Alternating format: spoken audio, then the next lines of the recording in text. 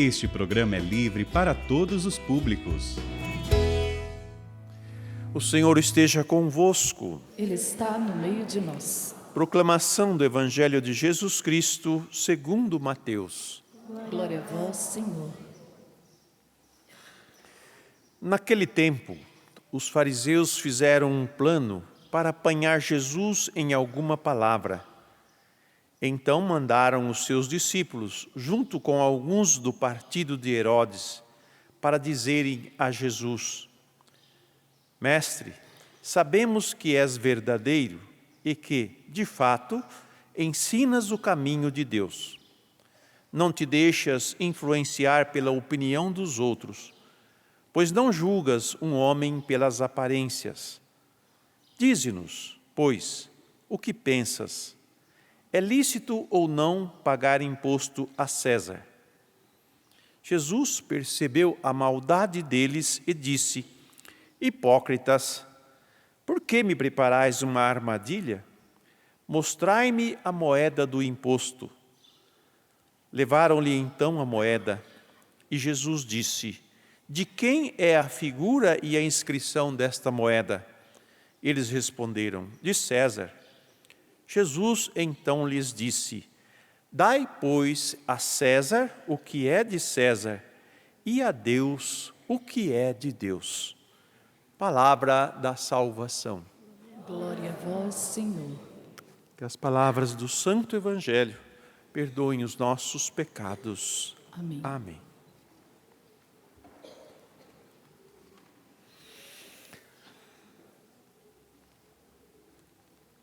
O povo de Deus teve uma experiência muito significativa com os povos vizinhos.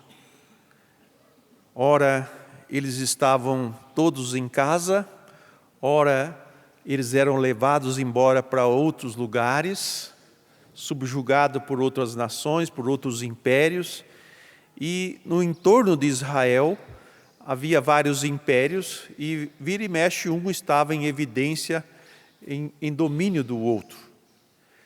Mas o que a primeira leitura nos mostra, esse Deus que é o único, e Ele se revelou sempre como o único Deus e Senhor de todas as coisas, que rege todas as coisas e que conhece o coração do homem, conhece-o na sua intimidade. E o privilégio, vamos dizer assim, a preferência por um povo, Ele formou um povo que fosse o povo que estivesse em comunhão com Ele e revelasse ao mundo não só o seu amor, a sua misericórdia, mas também o seu domínio, porque não existe outro fora dele. Isso Ele diz sempre. Desde o início, Deus está dizendo: eu sou um só, não existe dois deuses, não existe um Deus em oposição a mim, porque eu sou o único Deus. E Ele sempre se revelou isso, e Jesus também nos fala da mesma forma: o Pai é um só, não existe outro.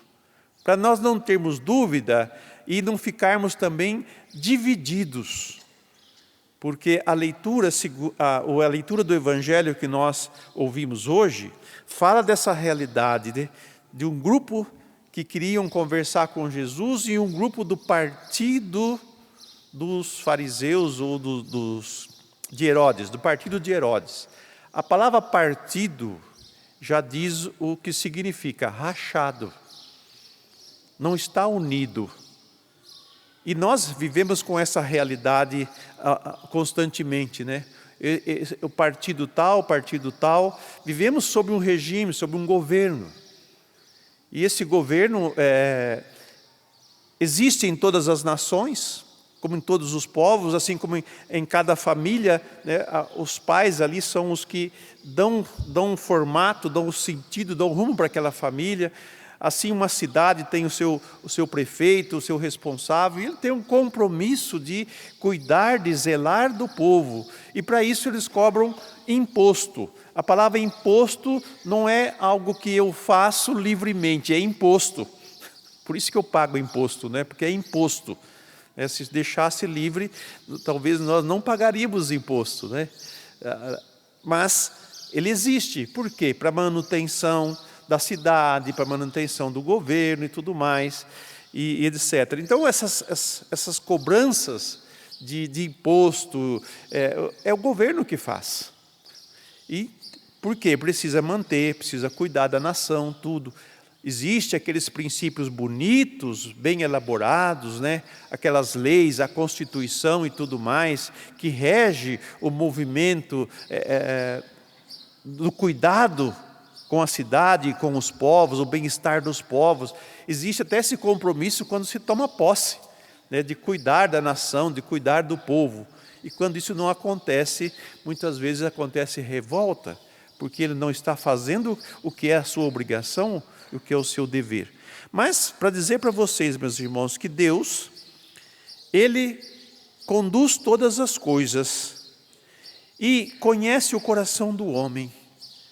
Então, o povo que vivia sobre a escravidão de outro império, o povo de Israel, Deus suscita um outro imperador, Ciro, para conquistar esses outros impérios e devolver o povo dele para a sua terra e reconstruir o templo, reconstruir a unidade deles. A unidade de Israel está no templo, está em Deus. É em Deus que nós estamos ligados, que nós estamos unidos. Porque se nós não estivermos unidos a Deus, nós estamos partidos, rachados. Não há ligação, não há comunhão. E Jesus vem para nos trazer de volta a Deus, para nós nos unirmos novamente a Ele. E não vivermos rachados, como um partido de oposição um ao outro. O pecado leva a nós a essa ruptura com Deus, esse rachamento. Vocês já ouviram a expressão, às vezes as pessoas dizem, meu coração está partido, né? Está rachado, quer dizer, ele está dividido. Ele está com duas situações pendentes para resolver. E nós com Deus também. Nós temos que resolver uma situação com Ele, que é o nosso pecado. Que nós não temos como eliminá-lo, mas Ele mesmo oferece a nós o perdão. Ele mesmo nos oferece a reconciliação. Ele sempre tomou a iniciativa e toma a iniciativa a nosso respeito. Nós é que somos cabeça dura e teimoso. E não voltamos para Ele. Mas Ele está sempre aberto para nós. E quando nós estamos tomando partido, né, a gente está brigando com Deus, quando estamos partido com Ele. Mas Ele busca essa unidade conosco, e a unidade se dá, se não no diálogo, na aceitação e na decisão que nós tomamos. Jesus, no meio do seu povo, encontra dificuldades, como nós também encontramos, né? Mas, para que nós possamos ter uma resposta que une, uma resposta única, nós precisamos ter o Espírito Santo de Deus. Porque é Ele que nos conduz à verdade, Ele é a verdade. E a verdade une. Quando não há consenso dela, a gente se divide, mas quando há consenso, a gente trabalha junto, como uma nação deveria trabalhar em unidade, mas cada partido puxa para o seu lado, e não admite abrir mão, né, para que a nação toda receba o melhor do governo que existe. Por isso que muitas vezes nós não vemos as coisas acontecerem como nós queremos, mas no caso de Jesus, que está aqui com os seus interlocutores, os fariseus, que eram pessoas que dedicavam, né, a viver a lei, a viver a fé judaica, e os do partido de Herodes, porque havia uma briga entre eles, porque o povo judeu, do partido dos fariseus, queriam se libertar do jugo do Império Romano. E o dos partidos de Herodes, né, lutavam contra os judeus que rebelavam-se contra o Império. Então, a pergunta que é feita para Jesus, que é muito capciosa, como dizia Padre Pio a respeito do diabo, né? É muito esperta. Primeiro reconhece quem é Jesus. Olha como eles dizem: Mestre, sabemos que és verdadeiro e que, de fato, ensinas o caminho de Deus. Não te deixas influenciar pela opinião dos outros, pois não julgas um homem pelas aparências. Quer dizer, é alguém que conhece o interior de cada homem. É alguém que não se deixa levar por qualquer opinião, porque tem opinião firme. E aí eu já digo para vocês como que nós devemos, como cristãos, ser.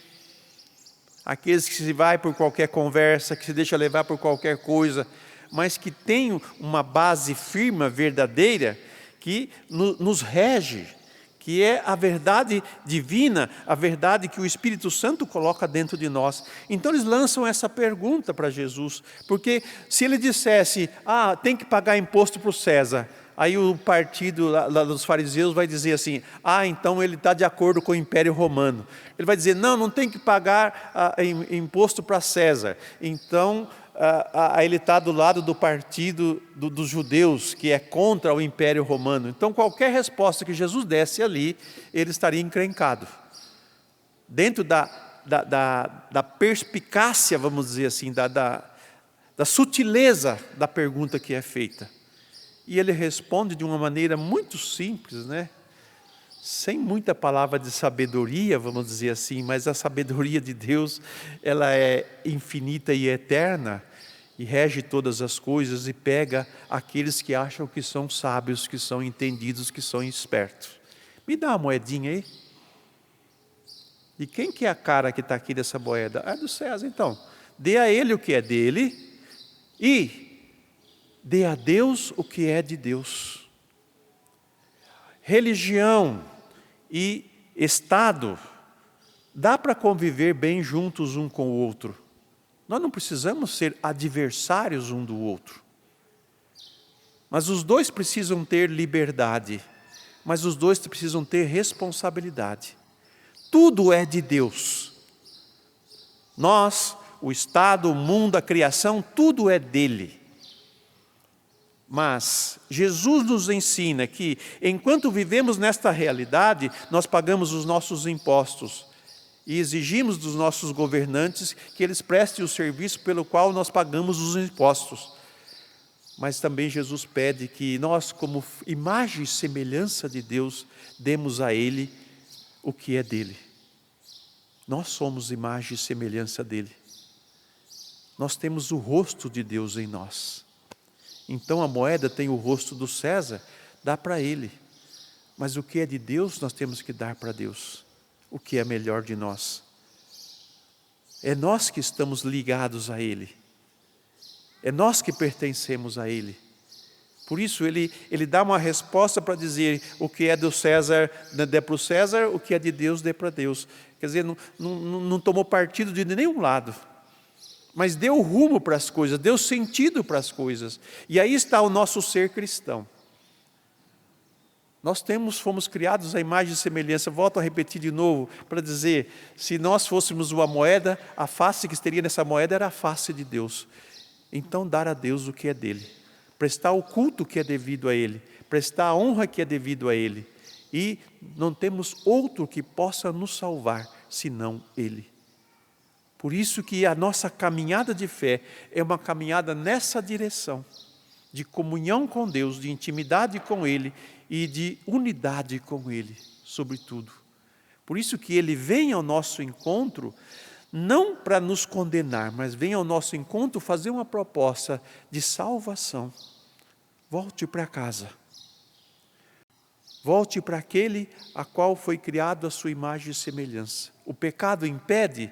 Isso não é impedimento, vai dizer o Senhor. Eu perdoo os seus pecados. Você reconhece eles e está arrependido? Então venha e faça parte da minha vida, que eu quero dá-la gloriosa para todos vocês. E o apóstolo Paulo, na segunda leitura, vem dizer para nós, da comunidade dos Tessalonicenses, né? Dizer a igreja que está reunida em Tessalonicenses, reunida em Deus Pai e no Senhor Jesus Cristo, a vós a graça e a paz. Nós damos graças a Deus por todos vós, lembrando-vos sempre em nossas orações. Diante de Deus nosso Pai, recordamos sem cessar a atuação da vossa fé. Como que nós agimos na nossa fé? O esforço da vossa caridade e a firmeza da vossa esperança em nosso Senhor Jesus Cristo. 3 pontos, né? A atuação da fé, o esforço na caridade e a firmeza na esperança em nosso Senhor Jesus Cristo. Coisas que identificam-nos como filhos de Deus, nos faz revelar a face de Deus no nosso modo de agir. E ele vai dizer, sabemos, irmãos amados por Deus, que sois do número dos escolhidos, quer dizer, daqueles a quem Deus deu a salvação. Esses são os escolhidos. Os que acolhem a salvação de Deus são os escolhidos para estar junto dele. Vós sois do número dos escolhidos, porque o nosso evangelho não chegou a vós somente por meio de palavras, mas também mediante a graça, a força que é o Espírito Santo, e isso com toda a abundância. O Espírito Santo é o Espírito da verdade, que nos conduz à verdade e nos revela a verdade. E se nós estamos em comunhão com Deus, se nós estamos nesse empenho de vida cristã, nós devemos sempre clamar ao Espírito Santo, porque em qualquer situação que nós nos encontrarmos dividido, Ele nos levará àquela unidade perfeita, que nos fará felizes e realizados. Assim é o desejo de Deus para todos nós e para todas as nações, que se voltem para Ele, porque não vão chegar à plena realização, à plena felicidade, à plena alegria, se não se fortalecerem, se unirem a Deus. Que o Espírito Santo dê a todos nós, nesta Eucaristia, a graça de que precisamos para vivermos como filhos e filhas dEle e assim atingirmos a maturidade e a perfeição. E assim tomarmos posse do céu que nos está reservado.